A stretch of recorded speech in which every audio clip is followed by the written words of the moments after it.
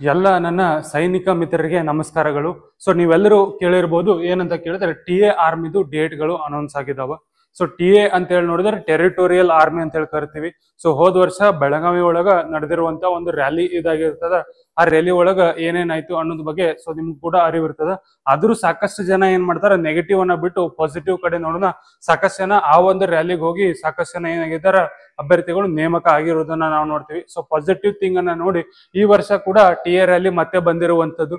So ಇಲ್ಲಿ ಏನದ TA rally ಒಳಗ ಎಕ್ಸಾಮ್ ಪ್ಯಾಟರ್ನ್ ಹೆಂಗಿರ್ತದ, ಜೊತೆಗೆ ಸೆಲೆಕ್ಷನ್ ಪ್ರೊಸೆಸ್ ಹೆಂಗಿರ್ತದ, ಮೆಡಿಕಲ್ ಹೆಂಗಿರ್ತದ, ಫಿಸಿಕಲ್ ಹೆಂಗಿರ್ತದ, ಯಾವಾಗ ಇದರ ಡೇಟು, ಜೊತೆಗೆ ನೀವು ಏನೇನ್ ಸ್ಟಡಿ ಮಾಡಬೇಕು, ಯಾವ ರೀತಿಯಾಗಿ ಪ್ರಿಪರೇಷನ್ ಮಾಡ್ಬೇಕು ಅನ್ನೋದನ್ನ ಸಂಪೂರ್ಣ ಮಾಹಿತಿಯನ್ನ ಈ ಒಂದು ವಿಡಿಯೋ ಒಳಗ ನಾನು ನಿಮ್ಗೆ ಏನ್ ಮಾಡ್ತೀನಿ, ಪ್ರೊವೈಡ್ ಮಾಡ್ಕೊಡ್ತೀನಿ. ಸೊ ಅದರ ಸಲುವಾಗಿ ನೀವೇನ್ ಮಾಡ್ರಿ, ಎಂಡ್ ವರೆಗೂ ಅಂದ್ರೆ ಕೊನೆವರೆಗೂ ಈ ವಿಡಿಯೋನ ವೇಟ್ ಮಾಡಿ ಸ್ವಲ್ಪ ವಾಚ್ ಮಾಡ್ರಿ. ಅಂದ್ರೆ ನಿಮ್ಗೆ ಏನ್ ಸಿಗ್ತದ, ಇದ್ರದ್ದು ಸಂಪೂರ್ಣ ಮಾಹಿತಿ ಸಿಗ್ತದ. ಅದ್ರ ಜೊತೆಗೆ ಯಾರ್ಯಾರು ಅಭ್ಯರ್ಥಿಗಳು ಏನೇನ್ ಡಾಕ್ಯುಮೆಂಟ್ಸ್ ತಗೊಂಡು ಅಲ್ಲಿ ಹೋಗ್ಬೇಕು. ಸಮಟೈಮ್ಸ್ ಏನಾಗ್ತದೆ, ಇಲ್ಲಿಂದ ನೀವು ಏನ್ ಮಾಡ್ತೀರಿ, ಎಷ್ಟೋ ರೂಪಾಯಿ ಖರ್ಚು ಮಾಡ್ಕೊಂಡು ಎಲ್ಲೋ ಒಂದ್ ಕಡೆ ಹೋಗ್ತೀರಿ. ಬಟ್ ಅಲ್ಲಿ ಹೋದಾಗ ನಿಮ್ಗೆ ಏನ್ ಪ್ರಾಬ್ಲಮ್ ಆಗ್ತದೆ ಅಂದ್ರೆ, ಏನ್ರಿ ಅಲ್ಲಿ ಹೋದಾಗ ಈ ಡಾಕ್ಯುಮೆಂಟ್ ಇಲ್ಲ ನಿಂದು ಅಂತ ಹೇಳಿ ಹೊಳೆ ಕಳ್ಸಿಬಿಡ್ತಾರೆ, ಸಿಕ್ಕಾಪಟ್ಟೆ ಬೇಜಾರಾಗ್ಬಿಡ್ತದೆ. ಸೊ ಆ ರೀತಿ ಆಗ್ಬಾರ್ದಂದ್ರ ಈಗ ಏನ್ ಮಾಡ್ರಿ, ಇದ್ರದ್ದು ಸಂಪೂರ್ಣ ಮಾಹಿತಿಯನ್ನ ತಿಳ್ಕೊಂಡು ಏನ್ ಮಾಡ್ರಿ ಹೋಗ್ರಿ. ಜೊತೆಗೆ ನಿಮ್ ಫ್ರೆಂಡ್ಸ್ ಯಾರಾದ್ರೂ ಈ ಒಂದು ಎಕ್ಸಾಮ್ಗೆ ನೋಡ್ತಾ ಇದ್ರೆ, ಈ ಒಂದು ರ್ಯಾಲಿಗೆ ನೋಡ್ತಾ ಇದ್ರೆ, ಅವ್ರಿಗೂ ಕೂಡ ಈ ವಿಡಿಯೋನ ಶೇರ್ ಮಾಡ್ರಿ ಅಂತ ಹೇಳ್ತಾ, ಸೊ ಇಲ್ಲಿ ನೋಡಿದಂತ ಏನೇನಿದೆ ಅಂತ ಹೇಳಿ ಕೇಳಿದ್ರೆ, ಸೊ ಇಲ್ಲಿ ಮೊದಲಿಗೆ ಏನಂತ ಕೇಳಿದ್ರೆ TA ರ್ಯಾಲಿ ಅಂದ್ರೆ ಟೆರಿಟೋರಿಯಲ್ ಆರ್ಮಿ ಅಂತ ಹೇಳಿ ಕರಿತೀವಿ. ಏನಂತ ಕರಿತೀವಿ, ಟೆರಿಟೋರಿಯಲ್ ಆರ್ಮಿ ಅಂತ ಹೇಳಿ ಕರಿತೀವಿ. ಇದು ಆರ್ಮಿ ತರಾನೇ ಆಗಿರ್ತದ, ಬಟ್ ಟೆರಿಟೋರಿಯಲ್ ಅಂದ್ರೆ ಒಂದಷ್ಟು ಇದು ಇರ್ತಾವ, ಟೆರಿಟೋರಿಗಳು ಇರ್ತಾವ, ಅದಕ್ಕೆ ಬೇಸ್ಡ್ ಆಗಿ ಇದು ಇರುವಂತದ್ದು. ಸೊ ಇಲ್ಲಿ ನಿಮ್ದು ಆರ್ಮಿ ರ್ಯಾಲಿ ಸ್ಟಾರ್ಟ್ ಆಗುವಂತದ್ದು ಒಂದೇದು ನವೆಂಬರ್ 16ಕ್ಕೆ ಶುರು ಆಗ್ತದೆ. ಯಾವಾಗ ಸ್ಟಾರ್ಟ್ ಆಗ್ತದೆ ರೀ, ನವೆಂಬರ್ 16, 2025 ಶುರು ಆಗ್ತದೆ. ಇಲ್ಲಿ ಟೋಟಲ್ 11 ಜಿಲ್ಲೆಗಳ ಒಂದು ಅಭ್ಯರ್ಥಿಗಳು ಭಾಗವಹಿಸಬಹುದು. ಎಷ್ಟು ಜಿಲ್ಲೆಗಳಂತ ಕೇಳಿದ್ರೆ 11 ಜಿಲ್ಲೆಗಳ ಅಭ್ಯರ್ಥಿಗಳು ಇಲ್ಲಿ ಭಾಗವಹಿಸಬಹುದು. ಯಾವ ಜಿಲ್ಲೆ ಅಂತ ಕೇಳಿದ್ರೆ ಕೊಪ್ಪಳ, ಧಾರವಾಡ, ಚಿಕ್ಕಬಳ್ಳಾಪುರ, ಕೋಲಾರ, ಅದೇ ರೀತಿಯಾಗಿ ತುಮಕೂರು, ಚಿತ್ರದುರ್ಗ, ಕೊಡಗು, ಕಲಬುರಗಿ, ಬಳ್ಳಾರಿ ಮತ್ತೆ ಬೀದರು ಮತ್ತೆ ಚಿಕ್ಕಮಗಳೂರು. ಟೋಟಲಿ 11 ಡಿಸ್ಟ್ರಿಕ್ಟ್ನವ್ರು ನೀವು ಏನಾದ್ರು ಆಗಿದ್ರೆ ನೀವು ಏನ್ ಮಾಡ್ಬೋದ್ರಿ, ಇಲ್ಲಿ 16ನೇ ತಾರೀಕು ಭಾಗವಹಿಸಬಹುದು. ಏನಂತ ಕೇಳಿದ್ರೆ 16ನೇ ತಾರೀಕು ನೀವು ಭಾಗವಹಿಸಬಹುದು.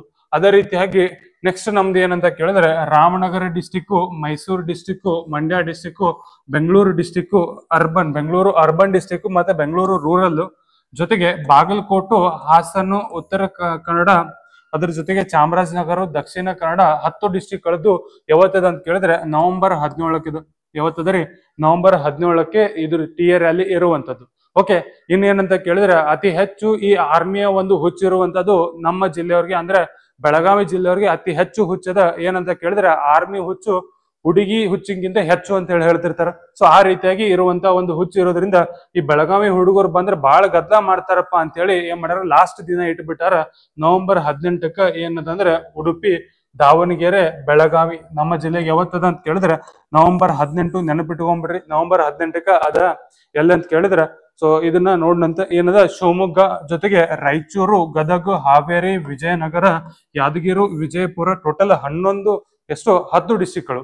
ಇಲ್ಲಿ ಏನಂದ್ರೆ ರಾಜ್ಯಗಳಲ್ಲಿ ನಮ್ಮ ರಾಜ್ಯದ 2 ಜಿಲ್ಲೆಗಳಲ್ಲಿ ಅತಿ ಹೆಚ್ಚು ಆರ್ಮಿಯ ಒಂದು ಕ್ರೇಜ್ ಇರುವಂತದ್ದು ಎಲ್ಲೆಲ್ಲ ಅಂತ ಕೇಳಿದ್ರೆ, ಒಂದು ಬೆಳಗಾವಿ, ಎರಡನೇದು ಯಾವ್ದಂದ್ರೆ ವಿಜಯಪುರ. ಒಂದು ಬೆಳಗಾವಿ, ಎರಡನೇದು ವಿಜಯಪುರ, ಮತ್ತೆ ಇನ್ನೊಂದು ಬಾಳ ಅಂದ್ರೆ ಬಾಗಲಕೋಟೆ. ಒಂದು ಏನಂದ್ರೆ ಸ್ವಲ್ಪ ಕ್ರೇಜ್ ಇರುವಂತದ್ದು. ಅತಿ ಹೆಚ್ಚು ಅಭ್ಯರ್ಥಿಗಳು ನಮ್ಮೆಲ್ಲಿಂದ ಏನಾಗ್ತಾರ, ಸೆಲೆಕ್ಟ್ ಆಗ್ತಿರ್ತಾರ. ಸೊ ಹಂಗಾಗಿ ನೀವು ಕೂಡ ಏನ್ ಮಾಡ್ರಿ, ಈ ಒಂದು ನಿಮ್ಗೆ ಅಪರ್ಚುನಿಟಿ ಮನೆ ಬಾಗಿಲಿಗೆ ಬಂದದ, ಇದನ್ನ ಹೋಗಿ ಉಪಯೋಗವನ್ನ ತೆಗೆದುಕೊಳ್ರಿ. ಅದಾದ ಕೂಡಲೇ ನೆಕ್ಸ್ಟ್ ನೋಡೋದಾದ್ರ ಇದ್ರದ್ದು ಎಲಿಜಿಬಿಲಿಟಿ ಏನೇನ್ರಿದಾರೆ, ಎಲಿಜಿಬಿಲಿಟಿ, ಸ್ಕಾಲರ್ ಎಲಿಜಿಬಿಲಿಟಿ ಅಂತ ಹೇಳಿ ಕರಿತೀವಿ. ಈ ಎಲಿಜಿಬಿಲಿಟಿ ಏನೇನಿದೆ ಅಂತ ಕೇಳಿದ್ರೆ, ಒಂದೇದು ನೀವೇನಾದ್ರೂ 8ನೇ ಪಾಸ್ ಆಗಿದ್ರು ಕೂಡ ಈ ಒಂದು ರ್ಯಾಲಿಗೆ ಹೋಗ್ಬೋದು. 10th ಪಾಸ್ ಆಗಿಲ್ರಿ, ನೀವು ಏನಾಗಿರಿ 10th ಫೇಲ್ ಆಗಿರಿ, ಆದ್ರೂ ಏನ್ ಮಾಡ್ಬೋದು, ಈ ಒಂದು ರ್ಯಾಲಿಗೆ ಹೋಗ್ಬೋದು. ಹೋದ್ರ ನಿಮ್ಗೆ ಏನಾಗ್ತದೆ ಅಂದ್ರೆ ಟ್ರೇಡ್ಸ್ ಮೆನ್ ಪೋಸ್ಟ್ಗೆ ಸೆಲೆಕ್ಟ್ ಆಗ್ತದೆ. ಏನಾಗುತ್ತೆ ರೀ, ಟ್ರೇಡ್ ಮೆನ್ ಅಂತ ಕರಿತೀವಿ, ಟ್ರೇಡ್ಸ್ ಮೆನ್ ಅಂತ ಹೇಳಿ ಕರಿತೀವಿ. ಈ ಒಂದು ಪೋಸ್ಟ್ಗೆ ಸೆಲೆಕ್ಷನ್ ಆಗ್ತದೆ. ಅದು ಆ್ಯಂಡ್ ಕಂಡೀಷನ್ ಅಂತ ಕೇಳಿದ್ರೆ 33 ಮಾರ್ಕ್ಸ್ ಪ್ರತಿ ಒಂದು ವಿಷಯದಲ್ಲಿ. ನಿಮ್ಮ ಎಕ್ಸಾಮ್ 8ನೇ ಎಕ್ಸಾಮ್ ಒಳಗ 33 ನೀವೇನ್ ಮಾಡ್ಬೇಕು, ಮಾರ್ಕ್ಸ್ ಅನ್ನ ಹೊಂದಿರಬೇಕು. ಅಂದ್ರೆ ನಿಮ್ದು ಓವರ್ ಆಲ್ ಪರ್ಸೆಂಟೇಜ್ 33ಕ್ಕಿಂತ ಜಾಸ್ತಿ ಇರ್ಬೇಕಂತೇಳಿ. ಅಷ್ಟಂದ್ರಿ ಎಲ್ಲರದು ಕಾಮನ್ ಆಗಿ ಇದ್ದೇ ಇರ್ತಾವ, ರೈಟ್? ಹಂಗಂದ್ರ ನೆಕ್ಸ್ಟ್ ನೋಡ್ರಿ, ಏನಂತ ಕೇಳಿದ್ರೆ 10th ಪಾಸ್ ಆಗಿದ್ರೆ ಜನರಲ್ ಡ್ಯೂಟಿ GD ಅನ್ನುವಂತ ಒಂದು ಪೋಸ್ಟ್ಗೆ ನೀವೇನಾಗ್ತೀರಿ, ಸೆಲೆಕ್ಟ್ ಆಗ್ತೀರಿ. ಜನರಲ್ ಡ್ಯೂಟಿ GD ಅನ್ನುವಂತ ಒಂದು ಪೋಸ್ಟಿಗೆ ಸೆಲೆಕ್ಟ್ ಆಗ್ತೀರಿ. ಅಂಡ್ 10th ಒಳಗ ನಿಮ್ದು ಅಗ್ರಿಗೇಟ್ ಅಂದ್ರೆ ಟೋಟಲ್ 45% ಗಿಂತ ಜಾಸ್ತಿ ಒಂದು ಏನಿರಬೇಕು ಪರ್ಸೆಂಟೇಜ್ ಇರಬೇಕು. ಓಕೆ, ಆಲ್ಮೋಸ್ಟ್ ಎಲ್ಲರದು 45 ಗಿಂತ ಜಾಸ್ತಿನೇ ಇರ್ತದೆ. 2 ಸತಿ ಫೇಲ್ ಆಗಿ 3ನೇ ಸತಿ ಪಾಸ್ ಆದ್ರೆ ನಿಮ್ದು ಅಬೌವ್ 45 ಹೆಂಗಂದ್ರೆ ಪರ್ಸೆಂಟೇಜ್ ಬಂದ ಬರ್ತದ. ಅದಂದ್ರೆ ಏನ್ ಪ್ರಾಬ್ಲಮ್ ಇಲ್ಲ. ಬಟ್ ನೀವ್ ಏನ್ ಮಾಡ್ಬೇಕ್ರಿ, ಸರಿಯಾಗಿ ಇಲ್ಲಿ ಪ್ರಿಪರೇಷನ್ ಮಾಡ್ಬೇಕು. ಅದ್ರ ಜೊತೆಗೆ ನೆಕ್ಸ್ಟ್ ಇರುವಂತದ್ದು ಏನಂದ್ರೆ PUC ಪಾಸ್ ಆದವ್ರಿಗೆ ಕ್ಲರ್ಕ್ ಪೋಸ್ಟ್ ಇರ್ತದ. PUC ಪಾಸ್ ಆದವ್ರಿಗೆ ಏನಿರ್ತೀರಿ, ಕ್ಲರ್ಕ್ ಪೋಸ್ಟ್ ಇರ್ತದ. ಇಲ್ಲಿ ಟೋಟಲ್ ಏನಂತ ಕೇಳಿದ್ರೆ ಮಿನಿಮಮ್ 50 ಮಾರ್ಕ್ಸ್ ಹೊಂದಿರಬೇಕು. ಅಗ್ರಿಗೇಟ್ ಏನಂತ ಕೇಳಿದ್ರೆ 60% ಟೋಟಲ್ ಮಾರ್ಕ್ಸ್ ನಿಮ್ದು ಆಗಿರ್ಬೇಕು. PUC ಒಳಗೆ ಕ್ಲರ್ಕ್ ಪೋಸ್ಟಿಗೆ ನೀವೇನಾದ್ರೂ ಹೋಗ್ಬೇಕಂತಿದ್ರ. ನೆಕ್ಸ್ಟ್ ಗೆ PUC ಸೈನ್ಸ್ ಸ್ಪೆಷಲ್ ಆಗಿ ಕೊಡ್ತಾರೆ. PUC ಸೈನ್ಸ್ ಏನಂದ್ರೆ ಸ್ಪೆಷಲ್ ಆಗಿರುವಂತ ಪೋಸ್ಟ್ ಗಳು ಇರ್ತಾವ. ಟೆಕ್ನಿಕಲ್ ಪೋಸ್ಟ್ ಅಂತ ಕರಿತೀವಿ. ಏನಂತ ಕರಿತೀವ್ರಿ, ಟೆಕ್ನಿಕಲ್ ಪೋಸ್ಟ್ ಅಂತ ಕರಿತೀವಿ. ಅಂಡ್ ಇಲ್ಲಿ ಟೆಕ್ನಿಕಲ್ ಪೋಸ್ಟ್ ಒಳಗೆ ಸೆಲೆಕ್ಷನ್ ಆದವ್ರ ಕೆಲಸ ಮಾತ್ರ ಬಾರಿ ಈಸಿ ಇರ್ತದ. ಅಷ್ಟೊಂದು ಹಾರ್ಡ್ ಏನಿರಂಗಿಲ್ಲ, ಈಸಿ ಆಗಿರುವಂತ ಕೆಲಸ ಇರ್ತದ. ಅಂಡ್ ಇಲ್ಲಿ ನಿಮ್ಗೆ ಏನಂದ್ರ ಅಗ್ರಿಗೇಟ್ 50% ಗಿಂತ ಜಾಸ್ತಿ ಇರ್ಬೇಕು. PUC ಏನು ಸೈನ್ಸ್ ಮಾಡಿರ್ತಿರಲ್ಲ, PCMB PMCS ಇಂಥವ್ ಏನೇನ್ ಮಾಡಿರ್ತಿರಲ್ಲ, ಸೊ ಅವರಿಗೆ ಏನಂತ ಕೇಳಿದ್ರೆ ಟೆಕ್ನಿಕಲ್ ಪೋಸ್ಟಿಗೆ ಅಪ್ಲೈ ಮಾಡುವಂತ ಒಂದು ಆಪರ್ಚುನಿಟಿ ಇರ್ತದ. ಅದ್ರ ಜೊತೆಗೆ ಇಲ್ಲಿ ನಮ್ಗೆ ಏನಂತ ಕೇಳಿದ್ರೆ ಈ ಎಕ್ಸಾಮ್ ಗಿಂತ ಅತಿ ಹೆಚ್ಚು ರನ್ನಿಂಗ್ ಇಂಪಾರ್ಟೆಂಟ್ ಆಗಿರ್ತದ. ಎಕ್ಸಾಮ್ ಗಿಂತ ಅತಿ ಹೆಚ್ಚು ಏನಂತ ಕೇಳಿದ್ರೆ ರನ್ನಿಂಗ್ ಇಂಪಾರ್ಟೆಂಟ್ ಆಗಿರ್ತದ. ನೀವ್ ಏನಾದ್ರು ಎಕ್ಸಾಮ್ ಪಾಸ್ ಮಾಡಿದ್ರೆ ರನ್ನಿಂಗ್ ಪಾಸ್ ಮಾಡಿದ್ರೆ ಎಕ್ಸಾಮ್ ಅನ್ನ ಈಸಿಯಾಗಿ ನೀವ್ ಏನ್ ಮಾಡ್ಬೋದು, ಪಾಸ್ ಮಾಡ್ಬೋದು. ಅಂಡ್ ಇನ್ ಕೇಸ್ ನಿಮ್ಗೆ ಏನಾರೆ ರನ್ನಿಂಗ್ ಪಾಸ್ ಆಯ್ತು ಅಂದ್ರೆ ಎಕ್ಸಾಮ್ ನಾವು ಇರ್ತೀವಿ, ನಾವು ನಿಮ್ಗೆ ಹೆಲ್ಪ್ ಮಾಡಿಕೊಡ್ತೀವಿ. ಅದ್ರ ಜೊತೆಗೆ ಏನಂತ ಕೇಳಿದ್ರೆ ಇಲ್ಲಿ ಏಜ್ ಲಿಮಿಟ್ ಬಂದ್ಬಿಟ್ಟು 18ರಿಂದ 42ರವರೆಗೆ 18ರಿಂದ 42ರವರೆಗೆ ಏಜ್ ಲಿಮಿಟ್ ಇರ್ತದ. ನಮ್ಮ ಆಡಿಯನ್ಸ್ ಅಂದ್ರೆ ನಮ್ಮ ವಿದ್ಯಾರ್ಥಿಗಳು ಈ ವಿಡಿಯೋನ ನೋಡುವಂತವ್ರು ಆಲ್ಮೋಸ್ಟ್ 18ರಿಂದ 20-22 ಮಠ ಇರ್ತಾರ ಅಷ್ಟೇ. ಅದಕ್ಕಿಂತ ಜಾಸ್ತಿ ಇದ್ದವ್ರು ಯಾರು ನೋಡಂಗಿಲ್ಲ ಅನ್ಕೋತೀನಿ.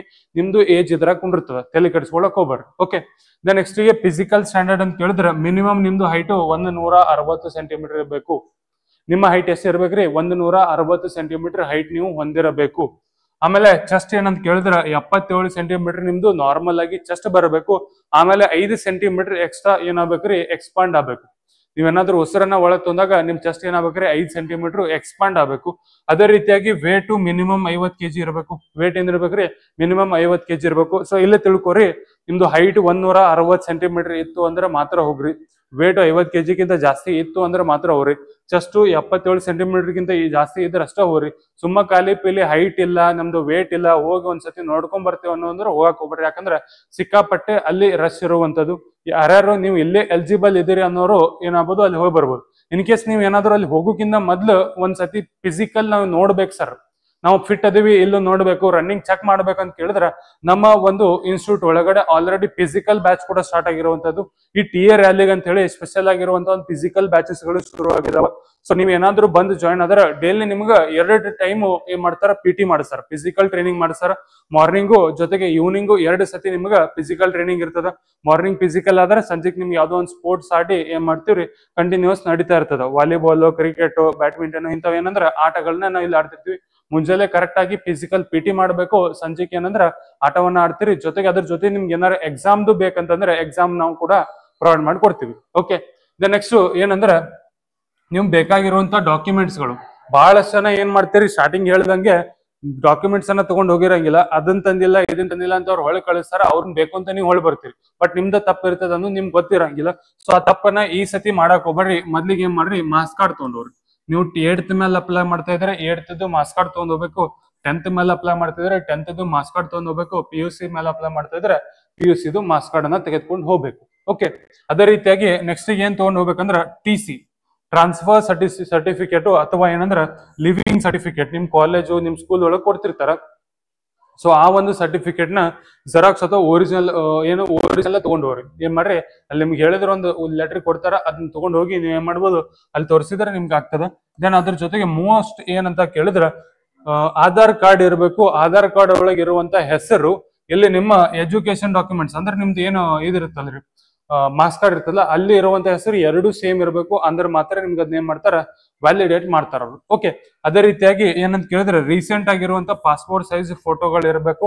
ಇದು ಏನಂತ ಕೇಳಿದ್ರೆ ಪಾಸ್ಪೋರ್ಟ್ ಸೈಜ್ ಫೋಟೋ ಇರಬೇಕು. ಆ ಫೋಟೋ ತೋದದ ಅಥವಾ ಕಲಿ ಬಿದ್ದದ ಅಂದ್ರೆ ಅದನ್ನೇನ್ ಮಾಡ್ತಾರೆ, ರಿಜೆಕ್ಟ್ ಮಾಡ್ತಾರೆ. ಸೊ ಹಂಗಾಗಿ ಕ್ಲೀನು ಸ್ಟ್ರೇಟ್ ಫೇಸ್, ನೇರವಾಗಿ ಮುಖ ಇರಬೇಕು. ಜೊತೆಗೆ ಮಿಲಿಟರಿ ಹೇರ್ ಕಟ್ ಇರುವಂತ ಫೋಟೋನೇ ಒಯ್ಬೇಕಂತ ಮೆನ್ಷನ್ ಮಾಡಿದಾರೆ. ಸೊ ಅವ್ರು ಮೆನ್ಷನ್ ಮಾಡಿದ್ರು ನೀವು ಯಾವ್ದೋ ಒಂದು ಚಪ್ರಿ ಸ್ಟೈಲ್ ತಗೊಂಡು ಫೋಟೋ ಹೊಡಿಸ್ಕೊಂಡು ತಗೊಂಡು ಹೋದ್ರೆ ಅವ್ರು ರಿಜೆಕ್ಟ್ ಮಾಡಿದ್ರೆ ಗೊತ್ತಿಲ್ಲ. ಓಕೆ, ಸೊ ಹಂಗಾಗಿ ನೀವೇನ್ ಮಾಡ್ಬೇಕ್ರಿ, ಸರಿಯಾಗಿ ಒಂದು ಫೋಟೋ ಹೊಡಿಸ್ಕೊಂಡು ಹೋಗ್ರಿ. ಅದಾದ ಕೂಡಲೇ ಕಾಸ್ಟ್, ಡೊಮಿಸಿಯಲ್, ರೆಸಿಡೆನ್ಸಿಯಲ್ ಜೊತೆಗೆ ಕ್ಯಾರೆಕ್ಟರ್ ಸರ್ಟಿಫಿಕೇಟ್, ಸೊ ಇವನ್ನೆಲ್ಲಾನು ತಗೊಂಡು ಹೋದ್ರೆ ನೀವು ಏನಾಗ್ತದ್ರಿ ಎಲಿಜಿಬಲ್ ಆಗ್ತೀರಿ. ಅದಾದ ಕೂಡಲೇ ಲಾಸ್ಟ್ ಇನ್ನೊಂದು ಏನಂತ ಕೇಳಿದ್ರೆ ಪ್ಯಾನ್ ಕಾರ್ಡ್ ಬೇಕು, ಮ್ಯಾರಿಡ್ ಸರ್ಟಿಫಿಕೇಟ್ ಸಿಗ್ತದೆ. ನೀವು ತಲಾಟಿನೋ ಅಥವಾ ಇದ್ರ ಕಡೆ ಹೋದ್ರೆ ಮ್ಯಾರಿಡ್ ಸರ್ಟಿಫಿಕೇಟ್ ಕೊಡಂದ್ರೆ ಕೊಡ್ತಾರ. ಅದಾದ ಕೂಡಲೇ ಪೊಲೀಸ್ ವೆರಿಫಿಕೇಶನ್ ಒಂದು ಲೆಟರ್ ಬರ್ತದೆ, ಆ ಲೆಟರ್ ಅನ್ನ ತೆಗೆದುಕೊಂಡು ಹೋಗ್ಬೇಕು. ಓಕೆ, ನೀವು ಇಷ್ಟು ಏನಂದ್ರೆ ಡಾಕ್ಯುಮೆಂಟ್ಸ್ ಅನ್ನ ತೆಗೆದುಕೊಂಡು ಹೋಗ್ಬೇಕು. ಏನಂದ್ರೆ ಇಷ್ಟು ಡಾಕ್ಯುಮೆಂಟ್ಸ್ ನೀವು ಏನ್ ಮಾಡ್ಬೇಕ್ರಿ, TA ಭರ್ತಿ ಹೋಗುವಾಗ ತೆಗೆದುಕೊಂಡು ಹೋಗ್ಬೇಕು. ಅದಾದ ಕೂಡಲೇ ನೆಕ್ಸ್ಟ್ ಈಗ ನೋಡೋದಾದ್ರೆ ಇಂಪಾರ್ಟೆಂಟ್ ಡೇಟ್ಸ್ ಏನೇನಂತ ಕೇಳಿದ್ರ, ಸೊ ಇಲ್ಲಿ ಒಂದು ಡೇಟ್ಸ್ ನಾವು ಗೊತ್ತದ ಆಲ್ರೆಡಿ 16ರಿಂದ 18 ಅಂತೇಳಿ. ಅದಾದ ಕೂಡಲೇ ನೆಕ್ಸ್ಟ್ ಗೆ ಏನ್ ನೋಡುದಂದ್ರೆ ವೇಕೆನ್ಸಿಗಳ ಸಂಖ್ಯೆ, ಎಷ್ಟು ವೇಕೆನ್ಸಿಗಳದಾವ ಅಂದ್ರೆ 271 ವೇಕೆನ್ಸಿಗಳದಾವ. ಸೋಲ್ಜರ್ GD ಆಗಿರ್ತದ, 2 ಟ್ರೇಡ್ಸ್ಮನ್ ವೇಕೆನ್ಸಿಗಳದಾವ. ಟೋಟಲ್ ಆಗಿ ಎಷ್ಟು ಅಂತ ಕೇಳಿದ್ರೆ 272 ವೇಕೆನ್ಸಿಗಳು ಇರುವಂತದ್ದು. ಇಲ್ಲಿ ಯಾವುದೇ ಆನ್ಲೈನ್ ಫಾರ್ಮ್ಗಳು ಇರಂಗಿಲ್ಲ. ಏನಿರಂಗಿಲ್ಲ ರೀ, ಆನ್ಲೈನ್ ಫಾರ್ಮ್ಗಳು ಇರಂಗಿಲ್ಲ. ಅಲ್ಲಿ ಹೋಗಿ ಡೈರೆಕ್ಟ್ ಆಗಿ ನಿಮ್ದು ಹೆಸರು ಬರ್ಕೊಂಡು ಅಲ್ಲಿ ಸ್ಟಾರ್ಟ್ ಮಾಡ್ತಾರೆ. ಓಕೆ, ಅದಾದ ಕೂಡಲೇ ನಮ್ಗೆ ಡೇಟ್ಗಳು ಗೊತ್ತದಾವ. ವೆನ್ಯೂ ಎಲ್ಲಿ ಅಂತ ಕೇಳಿದ್ರೆ national military school stadium Belagavi. ಹೋದ ವರ್ಷ ಎಲ್ಲಿ ಬೆಳಗಾವಿ ಒಳಗೆ ನಡೀತದ ಅಲ್ಲೇ ಮತ್ತೆ ಈ ವರ್ಷನೂ ರ್ಯಾಲಿ ಆಗ್ತದ. ಸೊ ಅದಕ್ಕಾಗಿ ನೀವೇನ್ ಮಾಡ್ಬೇಕು, ಬಹಳ ಜಾಗೃತಿಯಿಂದ ಹೋಗ್ಬೇಕಾಗ್ತದೆ. ಓಕೆ, ಸೊ ಅದಾದ ಕೂಡಲೇ ನೆಕ್ಸ್ಟ್ ನೋಡೋದಾದ್ರೆ ಪೋಸ್ಟ್ ಅವೈಲೇಬಲ್ ಏನಂತ ಕೇಳಿದ್ರೆ, ಸೊ ಒಟ್ಟಾರೆಯಾಗಿ ನಮ್ಗ 4 ಪೋಸ್ಟ್ಗಳು ಅವೈಲೇಬಲ್ ಇದಾವ. 4 ಪೋಸ್ಟ್ಗಳು ಇಲ್ಲಿ ಅವೈಲೇಬಲ್ ಆಗಿರುವಂತದ್ದು. ಸೊ ಇದನ್ನು ಹೊರತುಪಡಿಸಿ ನಾವು ನಿಮಗೆ ಹೆಲ್ಪ್ ಮಾಡ್ಬೇಕಂತ ಕೇಳಿದ್ರೆ, ನೀವೇನಾದ್ರೂ ಮುಂದೆ SSC GD ಎಕ್ಸಾಮ್ ಪ್ರಿಪೇರ್ ಆಗತ್ತೀರಿ, ಈ ಸಲ TA ರ್ಯಾಲಿ ಹೋಗಿ ಬರ್ತೀರಿ, ಫಿಸಿಕಲ್ ಬರ್ರಿ, ನಮ್ಮಲ್ಲಿ ಫಿಸಿಕಲ್ ಕ್ಲಾಸು ಇರ್ತದ. ಅದ್ರ ಜೊತೆಗೆ ಮುಂದೆ SSC GD ಸುಮಾರು 50ರಿಂದ 80,000 ಪೋಸ್ಟ್ಗಳು ಕನ್ಫರ್ಮ್ ಆಗ್ತಾ ಇರುವಂತದ್ದು. ಸೊ ಆ ಪೋಸ್ಟ್ಗೆ ನೀವು ಏನಾದ್ರೂ ಪ್ರಿಪೇರ್ ಆಗ್ತಾ ಇದ್ರೆ, ನಮ್ಮಲ್ಲಿ ಏನಂದ್ರೆ ನಿಮ್ಗೆ ಏನಂದ್ರೆ ಒಂದು ಬ್ಯಾಚ್ ಅನ್ನ ಸ್ಟಾರ್ಟ್ ಮಾಡಿದ್ವಿ. ಒಂದು CSF ಬ್ಯಾಚ್ ಆಲ್ರೆಡಿ ಸ್ಟಾರ್ಟ್ ಆಗ್ತಾ ಇರುವಂತದ್ದು 20ನೇ ತಾರೀಕು. ಇನ್ನೊಂದು SSC GD ಬ್ಯಾಚ್ ಈಗ ಒಂದು ಬ್ಯಾಚ್ ಸ್ಟಾರ್ಟ್ ಆಗಿದೆ, ಇನ್ನೊಂದು 2ನೇ ಬ್ಯಾಚ್ ನೆಕ್ಸ್ಟ್ ಸ್ಟಾರ್ಟ್ ಆಗೋದದ. ಸೊ ಆ ಬ್ಯಾಚಿಗೆ ನೀವು ಏನಾದ್ರು ಜಾಯ್ನ್ ಅಂದ್ರೆ SSC GD ಒಳಗೆ ನಿಮ್ ಪ್ರಿಂಟೆಡ್ ನೋಟ್ಸ್ ಸಿಗ್ತಾವ. ಅಂಡ್ ಮೋಸ್ಟ್ ಇಂಪಾರ್ಟೆಂಟ್ ಥಿಂಗ್ ಏನಂತ ಕೇಳಿದ್ರೆ, ಒಂದು ಬ್ಯಾಚ್ಗೆ ಕೇವಲ 50 ವಿದ್ಯಾರ್ಥಿಗಳು ಮಾತ್ರ. ಸೊ ಒಂದು ಬ್ಯಾಚ್ಗೆ 50 ವಿದ್ಯಾರ್ಥಿಗಳು ಮಾತ್ರ. ನೀವು ಬೇರೆ ಯಾವ್ದೋ ಒಂದು ಕೋಚಿಂಗ್ ಸೆಂಟ್ರಿಗೆ ಹೋಗ್ರಿ, ಆ ಕೋಚಿಂಗ್ ಒಳಗೆ ನೋಡಿದ್ರಂದ್ರೆ ಒಂದ್ ದೊಡ್ಡ ಹಾಲ್ ಇರ್ತದ, ನಿಯರ್ಲಿ 200ರಿಂದ 300 ಜನ ಹುಡುಗರು ಕುಂತಿರ್ತಾರ. ಆ ಮಾಸ್ತರ್ ಬಂದ್ ಏನೋ ಕ್ಲಾಸ್ ಹೇಳ್ತಿರ್ತಾನ, ನೀವೇನೋ ಮಾಡ್ತಿರ್ತೀರಿ. ಸೊ ಹಂಗಾಗಿ ನಿಮ್ಗೆ ಅದು ಇಂಟ್ರಾಕ್ಟಿವ್ ಅನ್ಸಂಗಿಲ್ಲ. ಸೊ ಅದ್ರ ಸಲುವಾಗಿ ನಾವು ಒಂದು ಬ್ಯಾಚಿಗೆ 50 ಹುಡುಗರನ್ನ ಕೂಡಿಸ್ತೀವಿ. ಈ 50 ಹುಡುಗರು ಕೂಡಿಸೋದ್ರಿಂದಾಗಿ ನಾವು ನಿಮ್ಗೆ ಏನ್ ಮಾಡ್ಬೋದ್ರಿ, ಒಂದು ನೀವ್ ಏನ್ ಮಾಡ್ತೀರಿ ಅನ್ನೋದು ಚೆಕ್ ಮಾಡ್ಬೋದು. ಜೊತೆಗೆ ನಿಮ್ಗೆ ಏನೋ ಡೌಟ್ಸ್ ಇದ್ರು ನಮ್ಗೆ ಕೇಳ್ಬೋದು. 50 ಜನ ಇದ್ರೆ ಎಷ್ಟು ಜನ ಡೌಟ್ ಕೇಳಿದ್ರು ನಾವು ಈಸಿಯಾಗಿ ಸಾಲ್ವ್ ಮಾಡ್ಕೊಡ್ಬೋದು ಅನ್ನೋದು ನಮ್ಮ ಒಂದು ಅಭಿಪ್ರಾಯ ಆಗಿರ್ತದೆ. ಸೊ ಇದು 20ನೇ ತಾರೀಕು CSF ಬ್ಯಾಚ್ ಸ್ಟಾರ್ಟ್ ಆಗ್ತದೆ. ಸೊ ನೀವು ಏನಾದ್ರೂ ನಮ್ ಕೋಚಿಂಗ್ ಬಂದ್ರೆ ಈ ಒಂದು ಬಿಲ್ಡಿಂಗ್ ಒಳಗೆ ನಿಮ್ ಕ್ಲಾಸಸ್ ಗಳು ನಡೀತಾವ. ಸೊ ನೀವು ಈ ತರದ ಕೋಚಿಂಗ್ ಸೆಂಟರ್ಗೆ ಅಂತ ಹೇಳಿ ಈ ತರದ ಒಂದು ಬಿಲ್ಡಿಂಗ್ ಎಲ್ಲಿ ನೋಡ್ಲಿಕ್ಕೆ ಸಾಧ್ಯ ಇಲ್ಲ ನಮ್ಮ ಕರ್ನಾಟಕದೊಳಗ. ಸೊ ಬೆಸ್ಟ್ ಇನ್ಫ್ರಾಸ್ಟ್ರಕ್ಚರ್ ಹೊಂದಿರುವಂತದ್ದು, ಬೆಸ್ಟ್ ಏನಂತ ಕೇಳಿದ್ರೆ ಹಾಸ್ಟೆಲ್ ಅನ್ನ ಹೊಂದಿರುವಂತ ಸಂಸ್ಥೆ ನಮ್ಮ ಒಂದು ಶಾರದಾ ವಿದ್ಯಾಲಯ ಮೂಡಲ್ಗೆ ಇರ್ತದೆ. ಅದೇ ರೀತಿಯಾಗಿ SSC GD ಬ್ಯಾಚು ನೀವೇನ್ ಮಾಡ್ಬೋದು, ಜಾಯಿನ್ ಆಗ್ಬೋದು. 20ನೇ ತಾರೀಕಿಂದ ಶುರು ಆಗ್ತಿದೆ. ಕೇವಲ 50 ವಿದ್ಯಾರ್ಥಿಗಳು ಮಾತ್ರ. ಇದ್ರ ಬಗ್ಗೆ ಏನಾದ್ರೂ ಮಾಹಿತಿ ಬೇಕಂದ್ರೆ ಈ ಒಂದು ನಂಬರ್ಗೆ ನೀವು ಕಾಂಟ್ಯಾಕ್ಟ್ ಮಾಡಬಹುದು. ಇಲ್ಲಿ ನಿಮ್ಗೆ ಇನ್ನೊಂದು ಏನಂದ್ರೆ ವಿಷಯ ಹೇಳ್ತೀನಿ. ಏನಂತ ಕೇಳಿದ್ರೆ, ನೀವು ಯಾವ್ದೋ ಒಂದು ಕೋಚಿಂಗ್ ಹೋಗಿರ್ತೀರಿ, ಆ ಕೋಚಿಂಗ್ ಫೀಸ್ ಕಟ್ಟಿ ಜೊತೆಗೆ PG ದುಡ್ಡು ಎಕ್ಸ್ಟ್ರಾ ಕಟ್ತೀರಿ. ಓಕೆ, ಫೀಸ್ ಅನ್ನ ಕಟ್ಟಿ ಅದ್ರ ಜೊತೆಗೆ PG ದುಡ್ಡನ್ನ ಎಕ್ಸ್ಟ್ರಾ ಕಟ್ತೀರಿ.